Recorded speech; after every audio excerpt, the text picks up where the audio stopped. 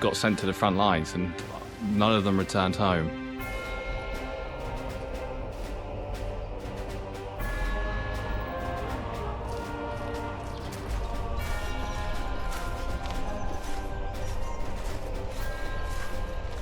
Hello, hello! We are in the north of Moscow today, which is a place I've never been to, Preobrazhenskoye, and I just want to show you quickly a lovely church.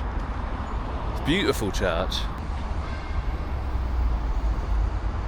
But anyway, as the title suggests, we're going to find some more World War II monuments in regards to the Soviet Union in this video, and of course it's beers and burial grounds, so that means we're going to buy some alcohol. So let's go to our first monument, and if we're lucky, grab an espresso on the way to fuel my espresso addiction.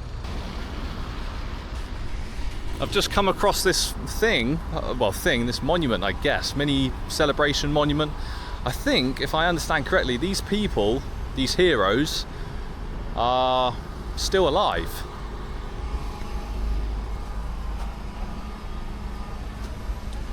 Because that's surely upwards, obviously their birthday. So these must be war veterans that are still alive to this day.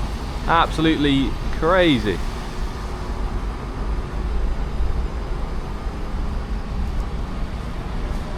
Our first monument should be just behind this wall. Let's keep our fingers crossed. The moment of truth. I think we're good. There you go. This memorial is dedicated to the workers of the Isolit plant, a factory that produced essential electrical insulation materials during the war. The centerpiece is a large concrete sculpture of a kneeling soldier, holding a banner in one hand and laying flowers with the other. Next to him is a plaque bearing the names of 45 employees who perished during the Great Patriotic War. Like many Soviet-era memorials, it pays tribute to both the soldiers who never returned and the workers who supported the war effort from behind the lines. I'm not sure if anyone else does this, but I'm looking for family names that are related to me, if that makes sense. So in Katya's side of the family. And there's none on here.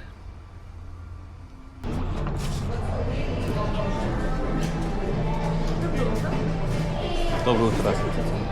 Нет. Просто напиток. С собой? Да.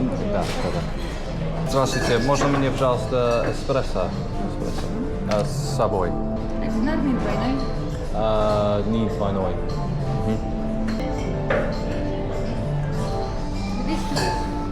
Ага, по карте. Крышка не закрываем? Нет. А водичка нужна? Да, спасибо.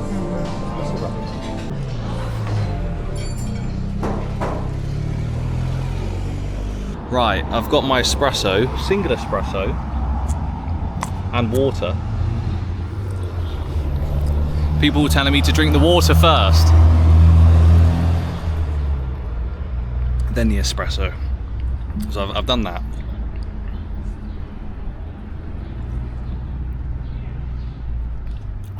Oh, good.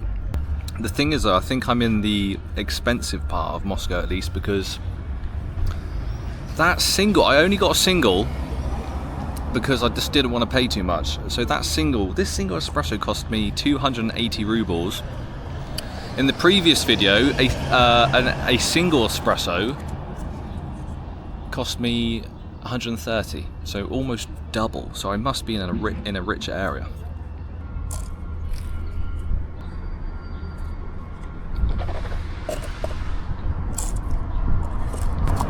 Right, let's get out of here onto the next monument, which is south. I think maybe a 15-minute walk. Okay, so we're near our next monument. Can you see in the distance a big red brick building? That's where we're going to next, because that is the factory. Massive. I wonder if this is still in use, this factory, because I have very little information about this monument. So if anyone knows in the comment section below, please tell me.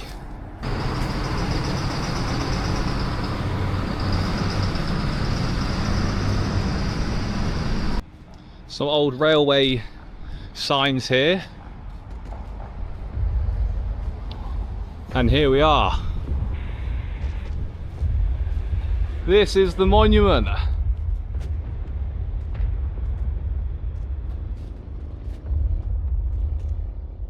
This memorial honours not only those who fought on the battlefield, but also the factory workers who kept production running on the home front under incredibly difficult conditions.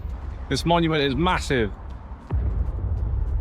Like, so tall. I can't even get my camera up there to get a better look at the monument, but it's crazy.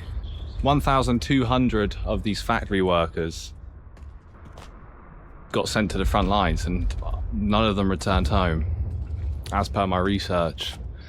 And it's just wild to me to think, like, one day you're working and the next minute someone comes in, sorry mate, you're going to the front. It's wild.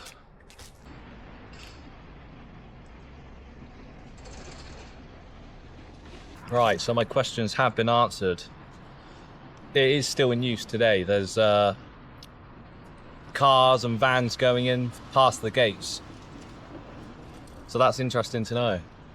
And I just wonder if any of the factory workers that were killed during the war, if they're in the cemetery that we're going to visit today. So next, we're going to buy some alcohol and go to the cemetery. While I was trying to record the monument, a security guard came out and just started staring at me and started smoking a cigarette. He's probably thinking, what's this guy doing? Recording this monument and speaking a foreign language. It's quite funny. Right, time to find the cemetery, guys. I just found another monument. A basic one, a more basic one, across the road. Here we go.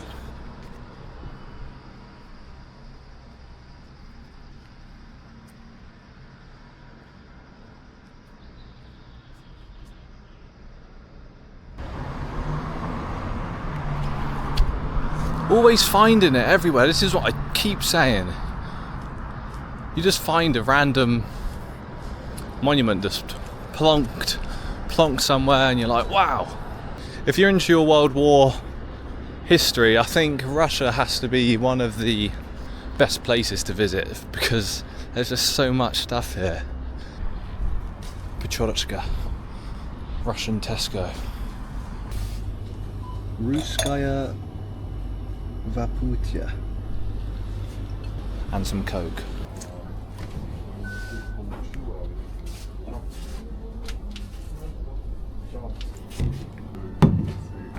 $289 rubles for a bottle of vodka, small bottle obviously, and a Coke, which is, I think, the same price as my espresso this morning. Crazy, absolutely crazy.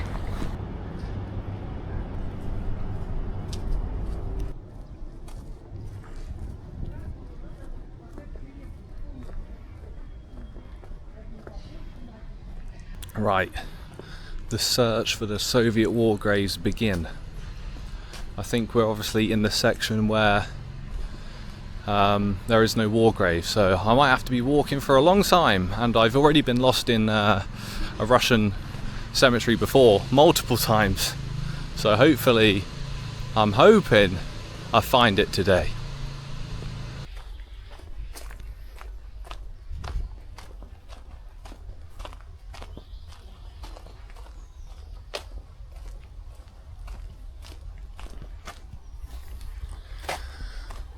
If you know anything about a Russian cemetery, it's that it is a maze. It's a maze, and if you see a path going straight, it doesn't mean you're going to carry on going straight.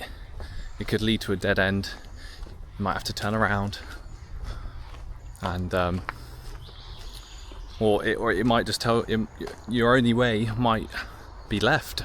So when you're walking left for a good couple of minutes, and that's just what's happened to me. Just found this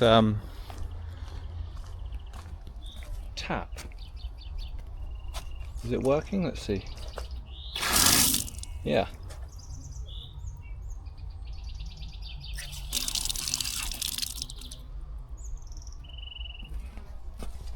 That's actually a really cool addition. I think that's obviously to water flowers if you tend to a grave here. It's quite a cool addition.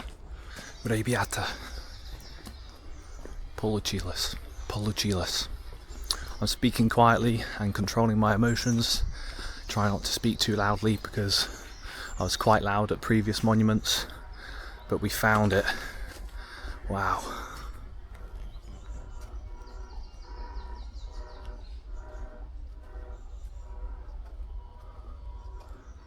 And I think it carries on and on. This is one of the biggest cemeteries I've been to.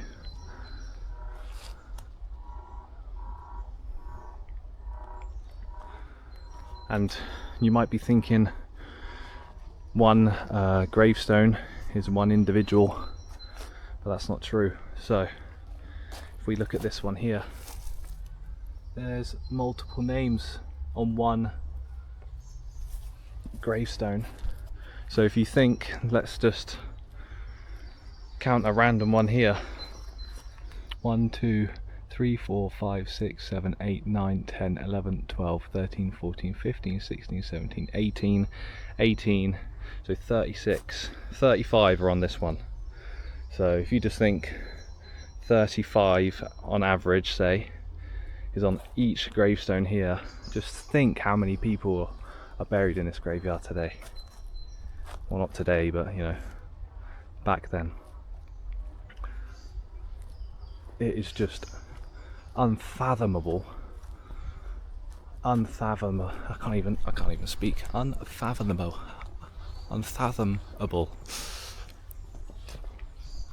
Wow. And what's interesting is usually there's a big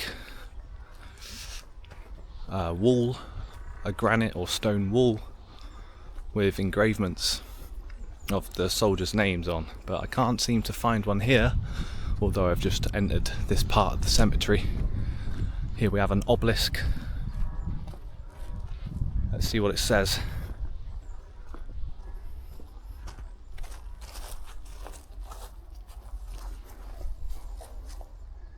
It's a little bit hard to read due to the sun shining down, but that is one cool crest, the Soviet helmet, the red star. And as I mentioned, look how much more headstones, gravestones there are this side as well.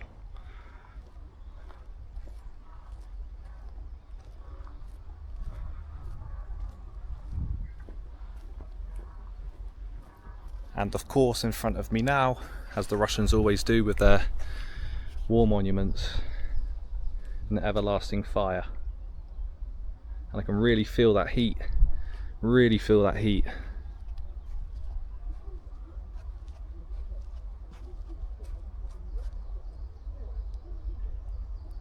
I mean, the weather's really warm today, but that fire, that flame is extremely hot.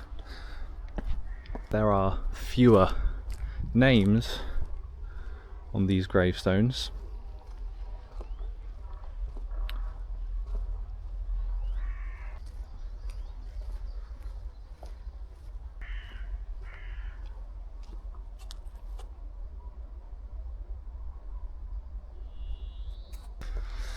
Unbelievable. So I just want to make a toast to these soldiers.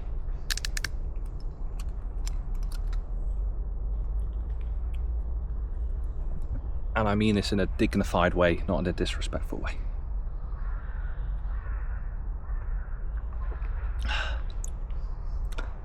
Cheers.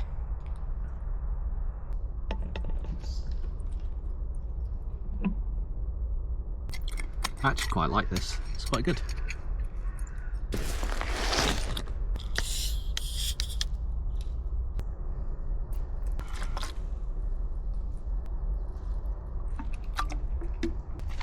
some of you Russians may be wondering, why is he pouring vodka and mixing it with Coke into a bottle?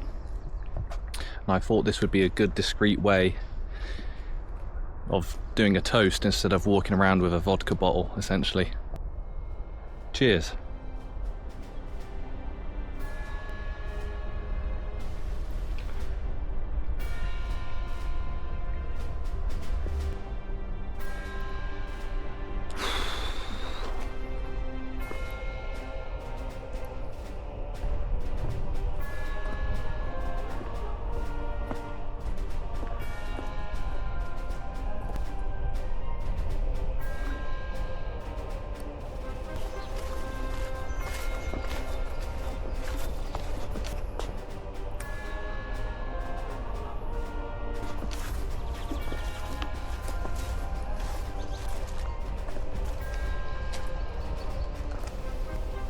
Jesus, how old was this lad? How old was this lad here? 1926 to 1942. So 36, he would be 10. 46, he would be 20. So take 4 years off, so he was 16 years old. 16 years old. Ivan Petrovich Gruzd. 16 years old.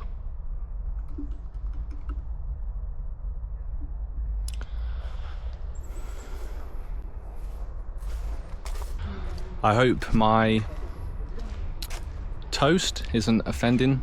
I'm not sure how this will be perceived in Russian culture. I did ask if this was acceptable before on one of my previous history videos. So I hope it's not perceived in a negative way. This is essentially English culture toast into, you know, what the Russians and the Soviets sacrificed, basically. So I mean well. But there we have it. Again, a surreal feeling, the amount of men in this graveyard. Unbelievable. Thank you for watching.